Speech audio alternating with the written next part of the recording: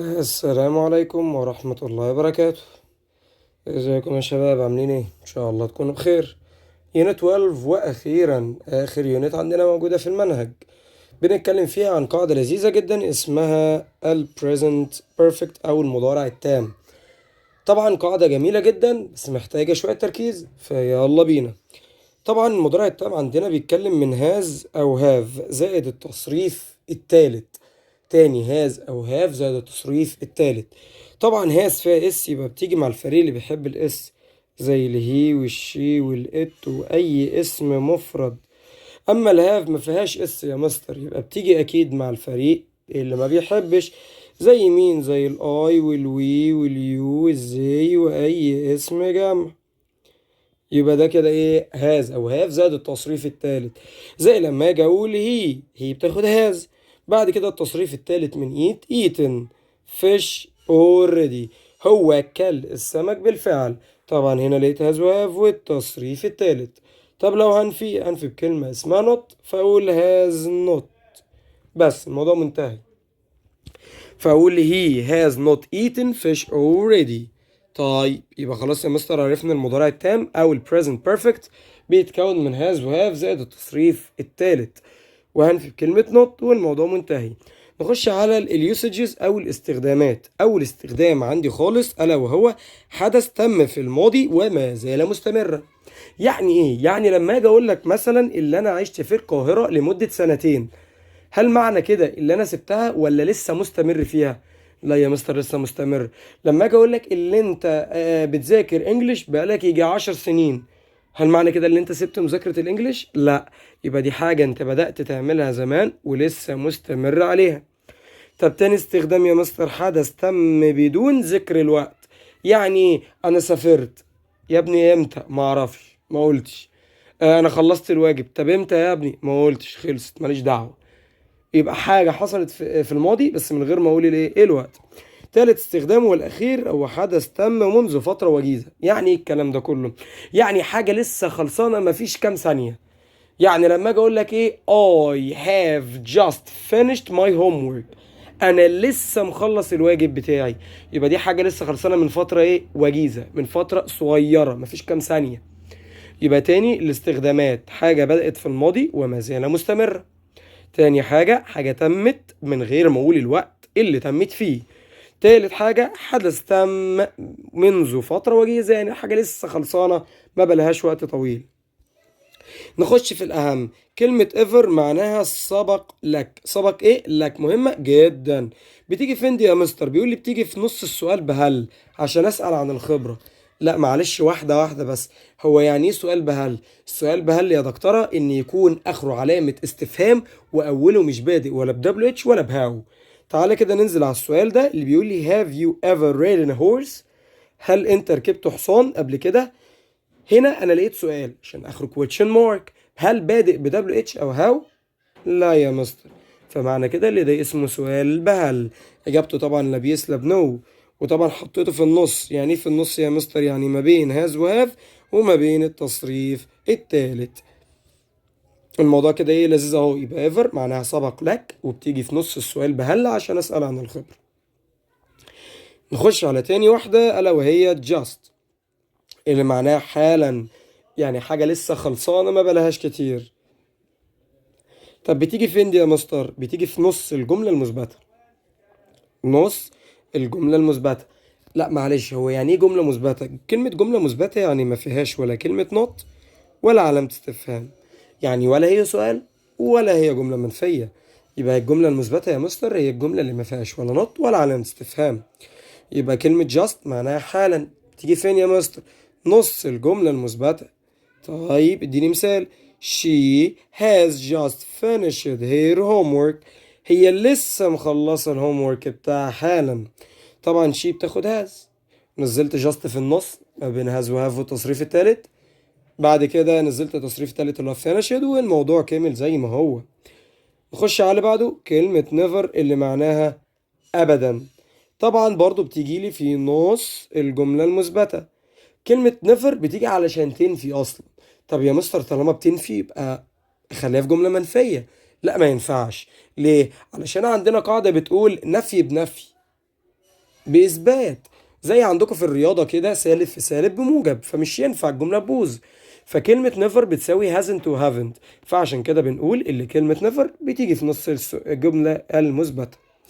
المثال بيقول لي they have never ridden a horse، يعني هم ما ركبوش حصان قبل كده. طبعا لقيت never اهي في النص has و have والتصريف التالت ما بينهم بالظبط. نخش على اللي بعد كده كلمة already. كلمة already معناها بالفعل، يعني بأكد كلامي. يعني لو بابايا بيسألني بيقول لي هو أنت عملت الواجب يا مدهول، هقول له أيوة يا بابا I have finished my homework already، أو I have already finished my homework. أيوة بابا أنا خلصت بالفعل. يبقى كلمة already بتيجي علشان أأكد الكلام. بتيجي علشان إيه؟ أأكده. طب كلمة already يا مستر بتيجي فين؟ بتيجي لا في نص أو آخر الجملة المثبتة. قلنا الجملة المثبتة يعني ما فيهاش ولا نقطة ولا علامة استفهام، يبقى ركز كويس جدا. يبقى كلمة already معناها بالفعل، بتيجي في نص أو آخر الجملة المثبتة.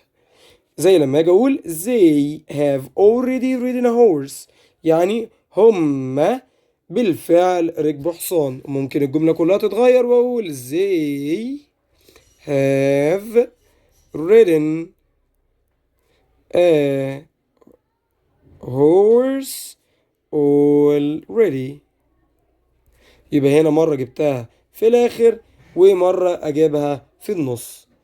طيب يا مستر تعالى ننتقل إلى الخطوة اللي بعد كده. كلمة فور. كلمة فور معناها لمدة. كلمة فور معناها إيه؟ لمدة. كلمة فور بيجي بعدها المدة الكاملة. يعني إيه يا مستر؟ تعالى ناخد المثال اللي تحته ونفهم أكتر. زي لما أجي أقول لك I have lived in Cairo for 2 years. أنا قعدت في القاهرة لمدة 2 سنين. يبقى أنا جبت لك إجمالي المدة الكاملة اللي أنا قعدت فيها في القاهرة، ألا وهي 2 سنين كاملين. يبقى تاني كلمة فور اللي معناها لمدة بيجي بعديها المدة كلها. زي لما أجي بقول أنا قعدت في التعليم لمدة 12 سنة، يبقى دي المدة الإجمالية، المدة الكاملة. ننزل بعد كده على كلمة since اللي معناها منذ، بيجي بعدها بداية الحدث. ايه ده يا مستر؟ يعني معنى كده ان كلمة since هي عكس فور بالظبط. فور بيجي بعدها المدة كاملة، اما السنس بتيجي بداية المدة. لا مش فاهم، اديني مثال. هقول لك I lived in Cairo since 2024. انا عشت في القاهرة منذ 2024. بص كده على الجملة بتاعت فور اللي فوق، انا قلت 2 سنين كاملين. طب احنا دلوقتي كام؟ يا مستر احنا دلوقتي 2026، ننقص منهم السنتين الإجمالي، يبقى أنا أول ما قعدت في الزقازيق القاهرة كان سنة 2024 بس خلصت. يبقى 2024 دي بداية المدة، بداية فعلي للحدث ده، أول ما بدأت فيه كان الوقت ده. سريعا بقى كده نختم بسرعة. يبقى المضارع التام بيتكون من هاز وهاف زائد التصريف التالت. هنفي بكلمة نوت حاجة تمت وما زالت مستمرة، حدث تمت من غير ما اقول الوقت، حدث تم منذ فترة وجيزة. كلمة ever سبق ليك بتيجي في نص السؤال بهل عشان أسأل عن الخبرة. كلمة just بتيجي في نص الجملة المثبتة، أما النيفر برضه بتيجي في نص الجملة المثبتة. already اللي معناها بالفعل بتيجي في نص المثبتة أو آخر المثبتة. كلمة فور بتيجي بعديها المدة كاملة، أما السنس بداية المدة. كده الموضوع بالنسبة لنا لذيذ، نطبق عليها بعد كده نقفل الفيديو. قبل ما نقفل الفيديو تعالى كده أقولك إن عندي حاجة اسمها yet اللي معناها حتى الآن. دي واحدة زيادة معاهم اكسترا، بتيجي في آخر الجملة المنفية وآخر السؤال بهل. كلمة yet معناها حتى الآن. تاني يا مستر بتيجي فين؟ في آخر الجملة المنفية يعني اللي فيها النوت، وكمان بتيجي في آخر السؤال بهل. زي لما أجي أقول لك she hasn't finished her homework yet. هنا لقيت hasn't جملة منفية فحطيت yet في الآخر، أو ممكن أقول has she finished her homework yet، والمرة دي yet جت في آخر السؤال بهل. وعرفنا السؤال بهل هو اللي مش بادئ ب WH أو how. يلا بينا نحل شوية أسئلة علشان نثبت الفكرة أكتر. المثال الأولاني بيقول لي millions of tourists have visited Egypt. ملايين من السياح بيزوروا مصر. عايز ادخل كلمة already اللي غالبا بتيجي في نص الجملة المثبتة او اخرها. هنعتبر دلوقتي اللي هي هتيجي في نص الجملة المثبتة، فهبدأ الفاعل بتاعي عادي خالص اللي هي millions of tourists، الملايين من السياح مالهم؟ طبعا جمع have، انزل already في النص وانزل التصريف الثالث اللي هو visited، بعد كده Egypt. بس الموضوع منتهي.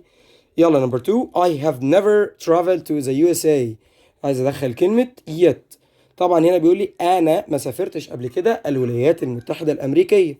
طبعا هنا كلمة never بتساوي كلمة yet، بس خلي بالي ان كلمة yet بتيجي في اخر الجملة المنفية او اخر السؤال بهل، وليكن هنخليها جملة منفية، فهقول I have and فيها تبقى haven't traveled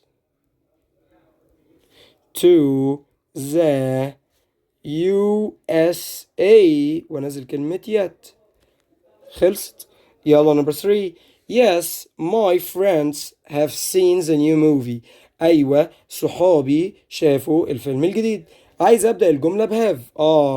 أنا كده يا مستر عايز أحول الجملة إلى سؤال بهل، سهلة وبسيطة، فهقول have وأكمل الفاعل اللي هو my friends، أنزل التصريف الثالث اللي هو seen وأكمل بقية الجملة وفي الآخر كوتش مارك. Number 4. He left his house a moment ago.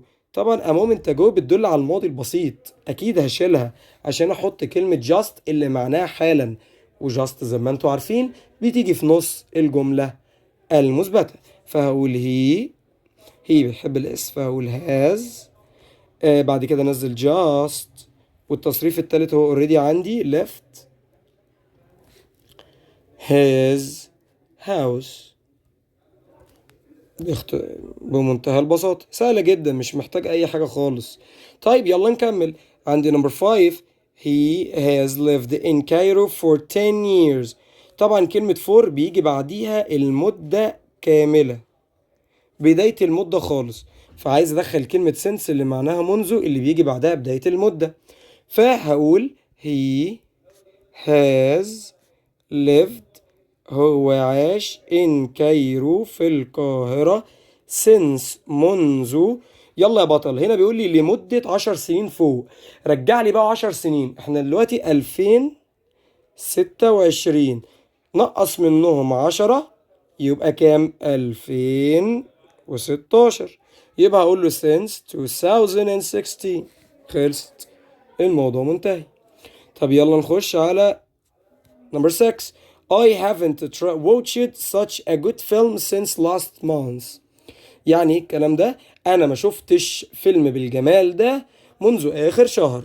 عايز أدخل كلمة for، فطبعا يا مستر كلمة since بتساويها، فأنا أكيد هبدلها، فهقول I haven't زي ما هي خالص watched such a good film for لمدة، طبعا last month الشهر اللي فات، الشهر اللي فات يعني كام يوم تقريبا؟ 30 يوم، يبقى هقول 30 days عشان جبت المدة كاملة. طيب يلا بينا نكمل برضو على number 7. I last phoned my uncle 2 months ago. كلمة ago بتدل على الماضي البسيط هي و last، فأكيد الاتنين هيتشالوا علشان أدخل haven't، فهقول I haven't وأنزل التصريف التالت اللي هو phoned وأكمل بقية الجملة من غير أكيد ago. طب يا مستر هعوض عليها بكلمة ايه؟ هو مش المفروض 2 months دول يعني مدة كاملة اللي هي شهرين كاملين؟ يبقى هقول for 2 months. ماشي. number 8. I have lived in Cairo for 10 years. أنا عشت في القاهرة لمدة 10 سنين، فأنا عايز أدخل كلمة since يعني بداية المدة، فهقول I have lived in Cairo since وأجيب بداية المدة. أنقص بقى، احنا دلوقتي 2026، هنقص منها 10 سنين فتبقى نفس المثال اللي فوق تقريبا، يعني 2016.